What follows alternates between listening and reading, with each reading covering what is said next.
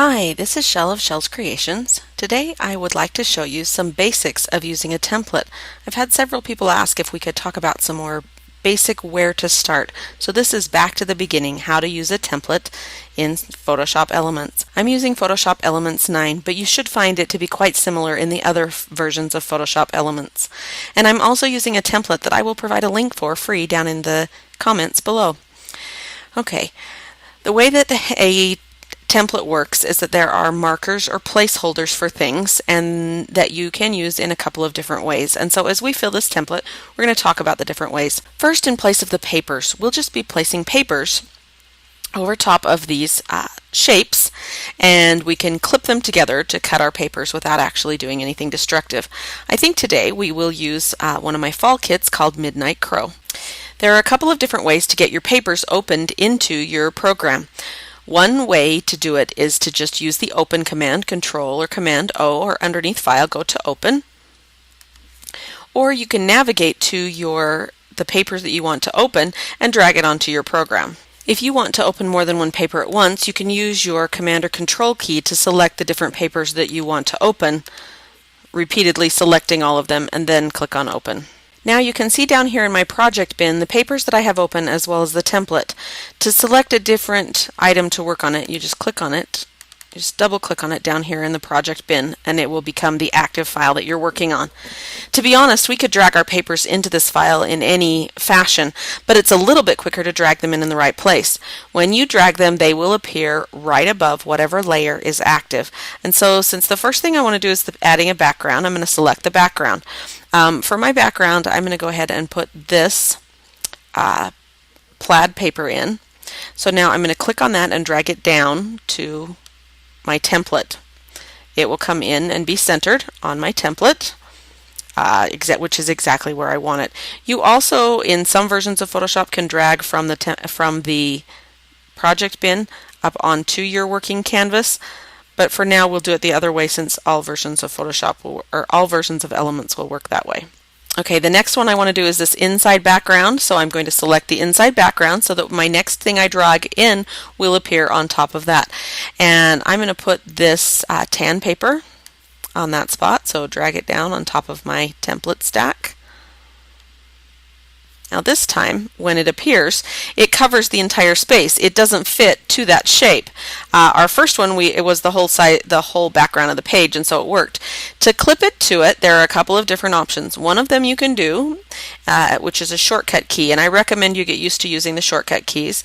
Hold down your Alt key, and as you move your cursor around, you'll find that the closer you come to the dividing line between that paper and the layer below it, your cursor will switch to something that looks a little like a Venn diagram. Two circles, one is clear, one is gray, and in between they're black.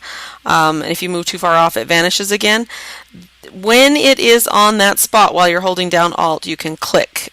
If you do that, that's what's called clipping, and it turns this object into what we call a clipping mask, which means that this paper is cut or clipped to fit that shape. The other way that if you want to undo it, same thing, hold down your Alt key and go until you see that cursor and click again. In Photoshop Elements, another way to accomplish that same thing is Command or Control G will clip items together. Make sure that you are on the paper layer when you do the Command or Control G. So now our paper is clipped to that. There's a few other pieces of paper behind here that I'm going to go ahead and add some of my papers to. So let me see if I can find those. All right, there's the up and down one, and I think that one I want to put this cardboard on that one. Drag it on. Control G to clip. The next one is that big square blue one behind. Let's see, this is a white one. Where is that big square blue one? Here it is, right here. Okay, I want to put the stripe on this one. So I'm going to drag that on. And Control G to clip. There are a few other paper squares behind that I'm going to go ahead and fill with other papers that I have. Okay, I have not opened enough papers to fill these other two paper pieces. Well, this one's a photo. To fill this gray paper piece right here, or this light gray paper piece that's behind down here. So I could open up a couple more papers and drag them in and clip them to it. But one of the flexible things about a template is that if you don't want to clip those papers to it, you can go ahead and turn the eyeball off right next to that layer, and that object will be hidden. Which means that we don't have to cover it with any object if we don't want to. And so we could come back and turn them on if we don't like what it looks like later, or we can just not, and we can leave it that way. All right, let's go back down kind of to the bottom of our template. I usually work my way up from the bottom. We have the background. The next thing that we haven't addressed is this doodle border right here. You can see it, it's black. It's put in as a doodled border here. You can leave it as a doodled border and not add anything to it. We could change the color on it if we wanted to. Let's do that. Let's add a new layer, new fill layer, solid color. The color I want it to be this time, I want to pick an orange that might be similar to something that's in our layout. I could have sampled a color as well. And then I'm going to do that same thing. I'm going to clip them together, Control G. And now my doodled line is orange. Another alternative you could do here is put in, if you had a stitches or stitch frame, you could go ahead and refill it with that instead. What that marker is in the template is something that says either leave it the way it is with a doodle or add something that is a similar shape or similar design. It doesn't even have to be a square. It could be a circle as well. Excuse me. It's just marking that you want to do something here. Okay, let's go to the trims. We have here a rickrack, and then there are two other little pieces of long, thin paper here. And to me, those say ribbon. They don't have to. You could go ahead and cover them with paper, but I'm going to find 3 trims then in this kit that I can use in those places. So, Command or Control O. I've got a fall twill. I've got an orange dotted ribbon and a brown rickrack. Okay, again, I've used Command so that I can select all 3 of those, and I'm going to open them. And they will appear in my project bin down here, but now my project bin is full enough that there's actually 2 rows of items here. And since I've already used these items, I'm going to go ahead and close them so that I'll be able to see the items that I still need to use. This ribbon into place on our template. Oh, remember the part where I said if you put it on the right layer to begin with, it's easier because then it's in the right place. And obviously I was too low on this one. Here's what happens when you don't drag it into the right place. You can go ahead and click on that item in your layers palette and drag it up above to where you need it to be. This one's kind of a thin ribbon, and so I'm going to go ahead and put it in the place of that blue one. Doesn't have to be exactly even, depends on what you like, but that blue paper this time, I'm not going to clip it to it because I want it to actually look like a ribbon. I'm just going to put it in that place. Now, I like my ribbons to have kind of zigzag cut edges on it, and so I'm going to choose the lasso tool. Make sure it's the polygon lasso tool. Polygon lasso tool will give you straight edges, and let's zoom in twice right here. Okay, I'm going to start right up here. And I want it to go in and back out again. And down here, I want it to go in and back out again. Can you see how I went about the same length as that blue paper? And then double clicking will give me the shape of the ribbon that I want to kind of cut out there. Hold down your Command or Control button and click on J, and that will duplicate that long ribbon with just that piece. Let's hide this layer right here so we can see that just that piece is there now. There we go. That's the piece we're looking for. And I'm also going to hide the blue ribbon layer because I don't need it. It was just functioning as a placeholder that there should be a ribbon that goes here. Let's repeat that process again. This time with the fall twill.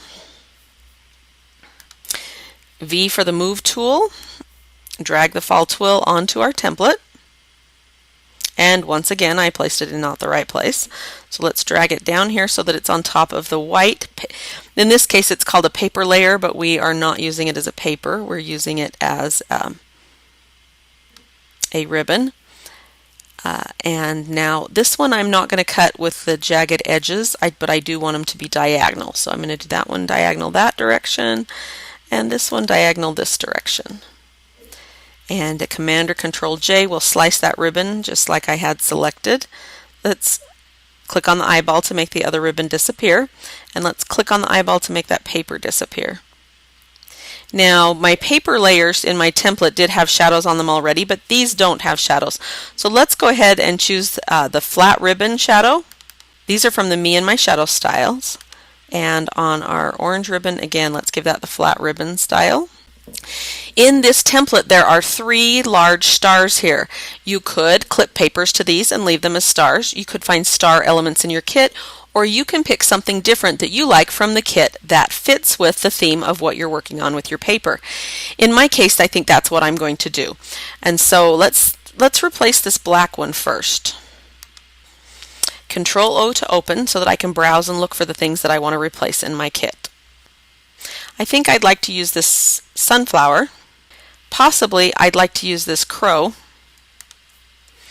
And I'd also like to use these pumpkins.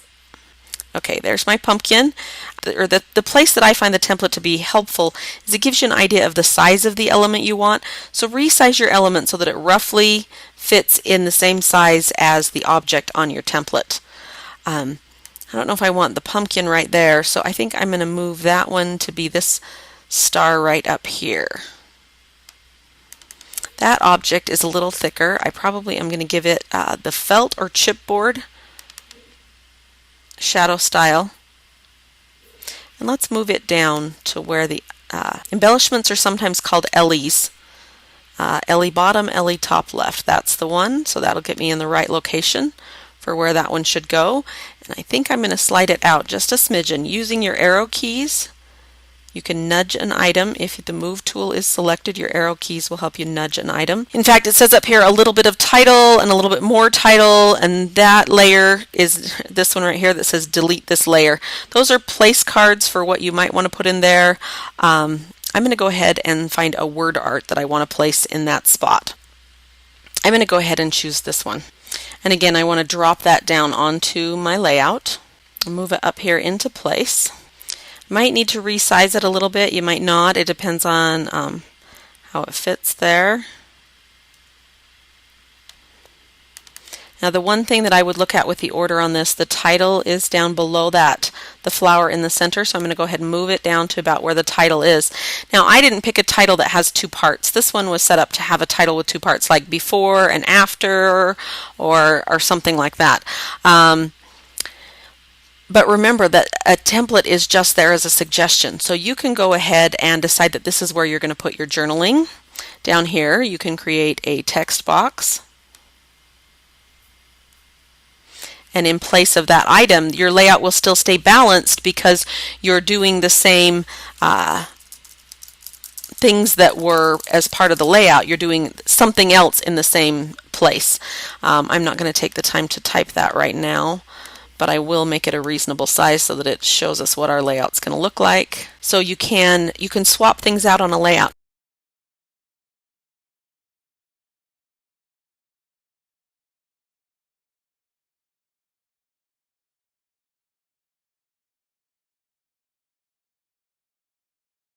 Now the last thing that we have here are these buttons. And you can go ahead and add something. You can add a button in those places, or you can add something else. And I think instead of a button, I'm going to add more leaves.